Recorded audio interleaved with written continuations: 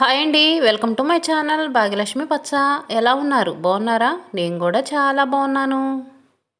ఉదయం నిద్రలేచి ఇంటి ముందు ఊడ్చేసి గచ్చు కడిగేసి ఇంక ఇదిగోండి ఇప్పుడైతే ముగ్గేస్తున్నాను. ఉదయం అంటే మరీ త్వరగా నిద్ర లేవలేదులేండి. ఉదయం నిద్ర లేచేటప్పటికి టైం 6 అయింది. త్వరగా నిద్ర లేదామంటే చలికి అసలు నిద్ర లేవాలంటేనే లేవబుద్ధి కావట్లేదు. ఈరోజు పండగ అయినా సరే త్వరగా నిద్ర లేవలేదండి. నిద్ర లేచేటప్పటికి కూడా లేట్ అయింది. నైట్ అరిసెలు చేయడానికి పోయాం. అరిసెలు చేసి వచ్చేటప్పటికి లేట్ అయింది. ఇంకా అందుకనే లేటుగానే నిద్ర లేచాము. అరిసెలు కానీ ఏమన్నా పిండి వంటలు వండేటప్పుడు ఒకరికొకరు హెల్ప్ చేసుకుంటాము. ఒకళ్ళకి హెల్ప్ చేయడానికి వెళ్తేనే కదా మళ్ళీ మనకు వచ్చేది. అరిసెలు చేయాలంటే మాత్రం కనీసం ముగ్గురు నలుగురు ఉండాలి. ఒక్కళ్ళ వల్ల అయితే అస్సలు కానే కాదు. ఒక్కళ్ళమైతే అసలు ఈ పని చేసుకోలేము. అందుకనే మనం ఒకరికి హెల్ప్ చేయడానికి వెళ్ళామనుకోండి, వాళ్ళు మనకు వస్తారు.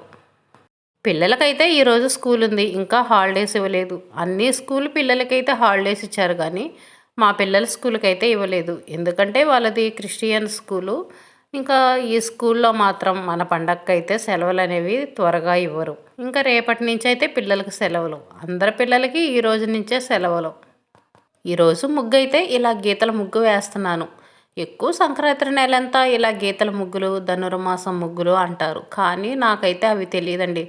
ధనుర్మాసం ముగ్గులు అంటే ఏంటి, అవి ఎలా వేస్తారు అవి అయితే తెలీదు. ఏదో నచ్చిన డిజైన్ ఒకటి చూసుకోవటం అదైతే వేయటమే కానీ ఈ పండక్కి ఈ ముగ్గులే వేయాలి అవైతే నాకు తెలియవు. కాకపోతే సంక్రాంతి పండగ రోజు మనం భోగి రోజు భోగి కొండల ముగ్గు, పండగ రోజేమో రథం ముగ్గు వేస్తారు. ఇంక ఈ ముగ్గులు అయితే తప్పనిచ్చి ఇంకా వేరేగా ప్రతిరోజు ఇలాంటి మెలికల ముగ్గులు వేయాలి అవన్నీ అయితే నాకైతే తెలియదు. ఇంకా ఫోన్లో అయితే ఈ ముగ్గు చూశాను. గీతల ముగ్గు సింపుల్గా బాగుంది, త్వరగా అయిపోయింది ముగ్గు వేయటానికని కూడా ఈ ముగ్గు అయితే చూసి ఈ ముగ్గు వేస్తున్నాను. ఫోన్లో చూసి నచ్చిన డిజైన్ ఒకటి ఎంచుకొని వేయటమే కానీ నా అంతటా నేను సొంతగా డిజైన్స్ అయితే మాత్రం వేయను. అంత టాలెంట్ అయితే లేదు. మామూలుగా ఫోనులో చూస్తాను. ఇంక ఇది సింపుల్గా బాగుంది ముగ్గు వేద్దాం అనుకున్నప్పుడు ఇంకా వేస్తుంటాను. ముగ్గు మనం ఎంత నీట్గా వేసినా ముగ్గులో పసుపు కుంకుమ వేసుకుంటేనే ఆ ముగ్గుకి అందం అనేది వచ్చింది. ఇంక ఇదిగోండి ముగ్గులో అయితే కలర్స్ పసుపు కుంకుమ వేసాను. మామూలుగా రౌండ్స్గా కాకుండా ఈరోజైతే కొంచెం గీతలుగా వేసాను. ఎందుకంటే పండగ కదా, పండగ రోజని ఇలా వేసాను. ప్రతిరోజు వేసుకుంటే చాలా మంచిది. ఈ నెలంతా పండగ సీజనే కదా, ఇలా చక్కగా ముగ్గు పెట్టుకొని ముగ్గులో పసుపు కుంకుమ కలర్స్ అవి వేసుకుంటే చూడటానికి భలే అందంగా ఉండిద్ది కదా. ఒక అరగంట ముందు నిద్ర లేచామంటే చాలు ఈ పనులన్నీ మనం చకచక చేసుకోవచ్చు. కానీ ఈ చలికి నిద్ర లేవాలంటేనేమో లేవబుద్ధి కావట్లేదు. ముగ్గు వేయటం అయితే అయిపోయింది. ఇంటి ముందు అయితే ఇదిగోండి ఈరోజు ఇలా ముగ్గు వేశాను. బాగుంది కదా ముగ్గు చూడటానికి సింపుల్గా. ఇంకా వంటగదిలోకి వచ్చి వంట అయితే స్టార్ట్ చేశాను. నవీన్ స్కూల్కి వెళ్ళాలి కదా, ఇంకా వాడి కోసం వంట అయితే చేస్తున్నాను. ఈరోజు కూర అయితే పప్పు చేస్తున్నాను, టమాటా పప్పు. పప్పు ముందు ఉదయం నిద్ర లేచిన వెంటనే పప్పు నానబెడతాను. ఎందుకంటే పప్పు ఎంత నానితే అంత త్వరగా పప్పు అనేది ఉడికిద్ది. అందులో ఇవి రేషన్ నుంచి తీసుకున్న కందిపప్పు కదా, ఉడకటం అనేది కొంచెం కష్టంగానే ఉంటుంది. అందుకనే కందిపప్పు అనేవి బాగా నానబెట్టుకోవాలి. ఎంత బాగా నానితే పప్పు అనేది అంత త్వరగా ఉడికిద్ది. అందులో మాది పాత కుక్కర్ కదండి. ముందు పొయ్యి మీద పెట్టినప్పుడైతే విజిల్ అనేది రాదు. కాడ ఉంటుంది కదా, ఆ కాడ ద్వారాగా నీళ్ళు అనేవి పోతూ ఉంటాయి, ఆవిరి అనేది పోయిద్ది. ఇంకా మనం కుక్కర్ అనేది గట్టిగా అదేం పట్టుకుంటే అప్పుడు విజిల్ అనేది వచ్చింది. ఇంకా విజిల్ వచ్చిన తర్వాత కూడా మళ్ళీ విజిల్ దాని అంతటా అది వచ్చిద్దా, రాదు.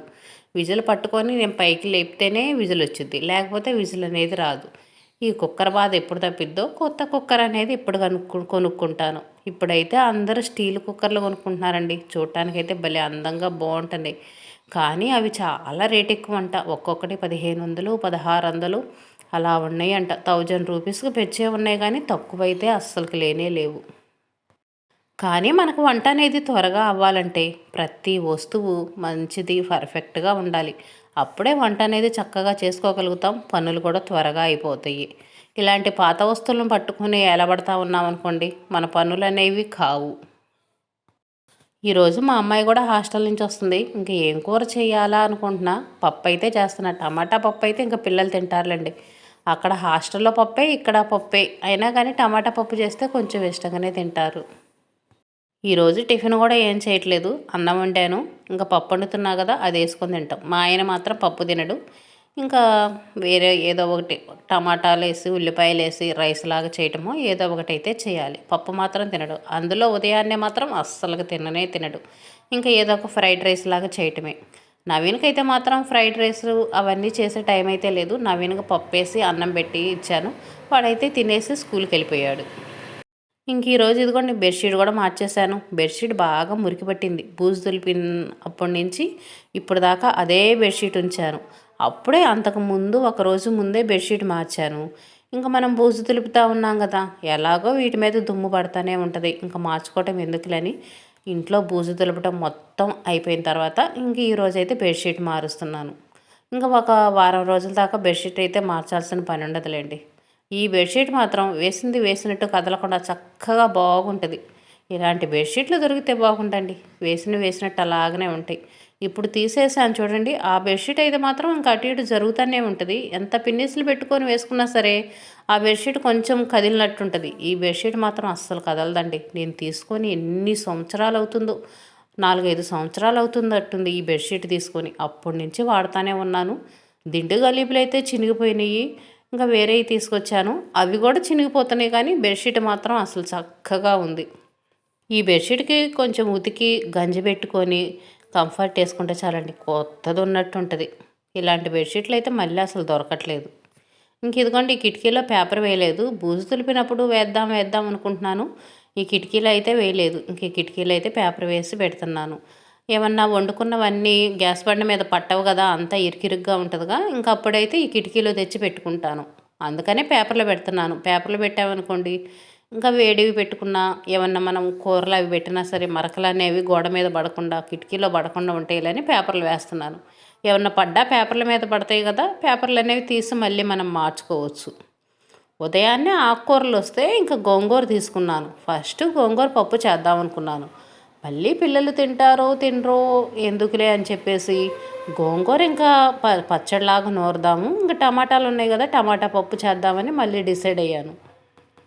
నాకైతే గోంగూర పప్పు, గోంగూర పులుసు కూరలాగా చేస్తారు చూడండి.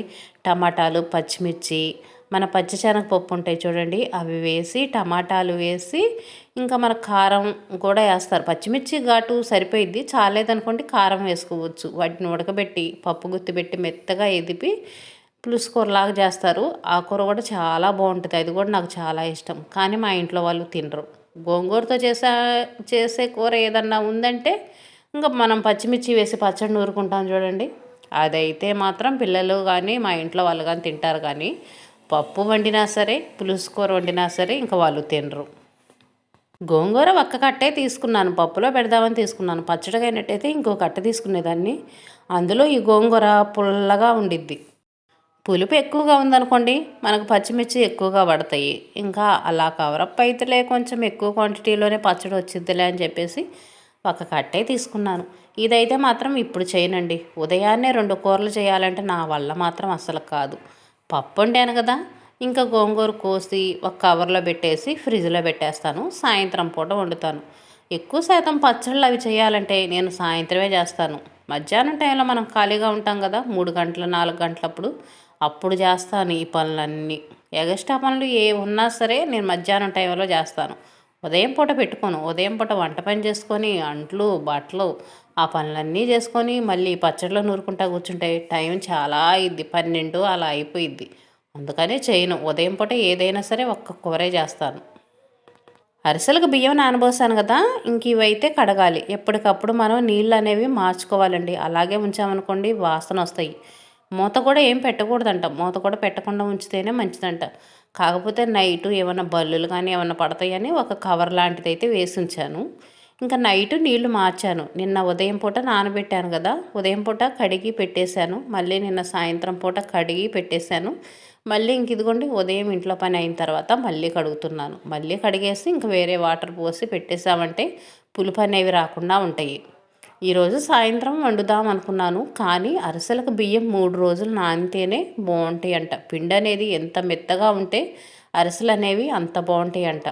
బియ్యం కనీసం 48 గంటలైనా నానాలి. 2 రోజులు నిండా 2 రోజులన్నా బియ్యం నానాలండి.